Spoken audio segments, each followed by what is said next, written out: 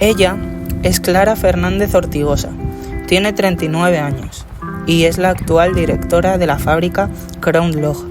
Clara ha querido ser de todo, hasta superhéroe, pero donde no ha cambiado es que sus máximos referentes es su familia, ya que es como ella, gente interesada en hacer cosas. Decidió sacarse la carrera de Ingeniería Química, una rama la cual le ha permitido continuar formándose con el máster de habilidades o máster de administración o gestor de empresas. Estuvo estudiando 2 años y trabajando 3 en Francia.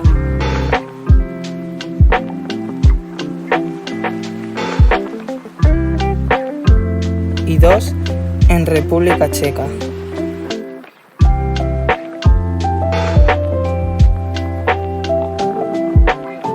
Y le ha ayudado a aprender mucho de idiomas, costumbres, etc.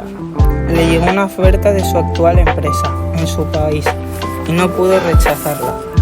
Su actual empresa, llamada Crown Log, se trata de ofrecer a los consumidores productos frescos y de alta calidad, sacado directamente de los agricultores, de la forma más capaz y justa posible.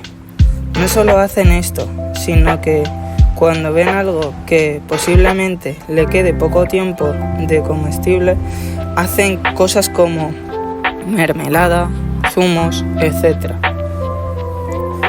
Cuando los alimentos no son aptos para el consumo humano, suelen utilizarse como alimento para animales o ganado, así como abono. No solo quieren lo mejor para nosotros, sino para todas las especies.